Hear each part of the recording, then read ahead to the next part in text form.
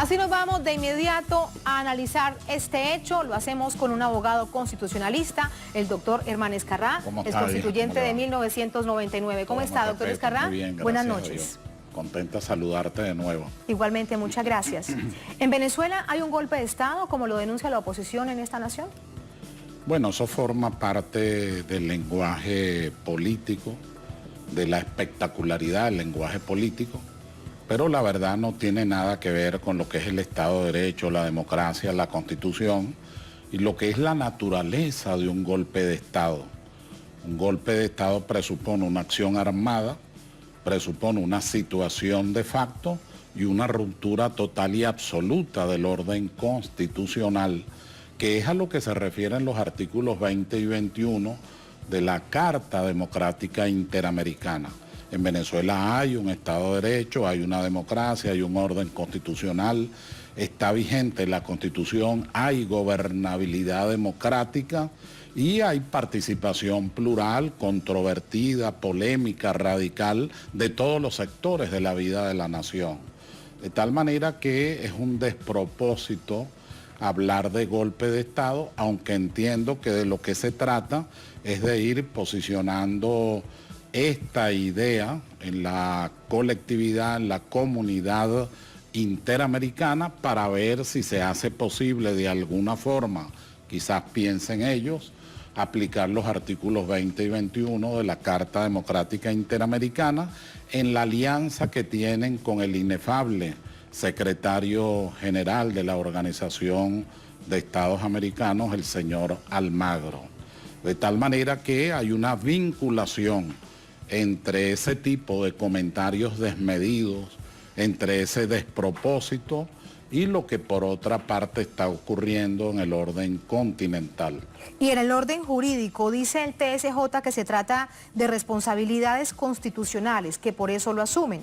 ¿Esto incluye el suplir funciones de la Asamblea Nacional?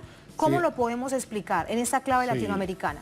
La verdad es que nosotros tomamos, cuando digo nosotros, es porque soy co-redactor de la Constitución.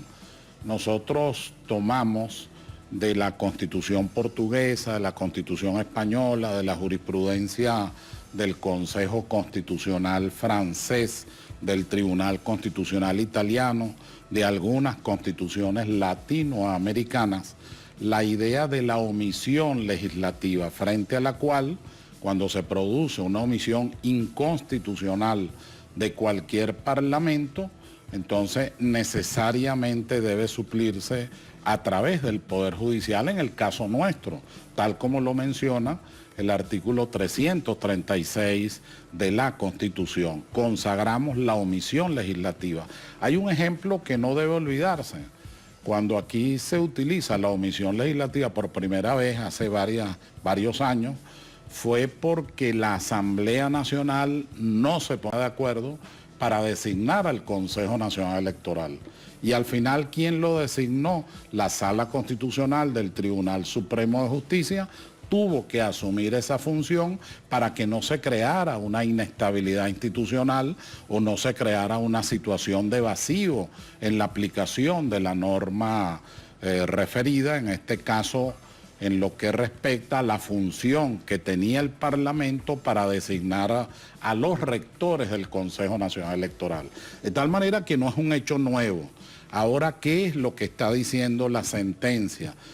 Primero señala, no continúen en el desacato. Mientras estén en el desacato a la Constitución, todos sus actos son nulos, están viciados de nulidad absoluta. Y a propósito de la sentencia, permítame lo interrumpo en este punto, doctor Escarrá, hacen referencia a la ley de hidrocarburos. ¿Qué es lo que sucede? Lo que ocurre es que es un recurso, la segunda sentencia, hay dos, casi simultáneas las dos, pero en este caso, la primera es lo que se llama técnicamente un control innominado de la constitucionalidad, donde le ordenan al presidente que esté atento a cualquier situación de conmoción interna y la relación que podamos tener con la Organización de Estados Americanos. Pero en este caso, al que usted se refiere, es un recurso de interpretación del artículo 33 de la Ley de Hidrocarburos. En ese recurso de interpretación, la Sala Constitucional dice que el Ejecutivo puede crear empresas mixtas siempre que cumpla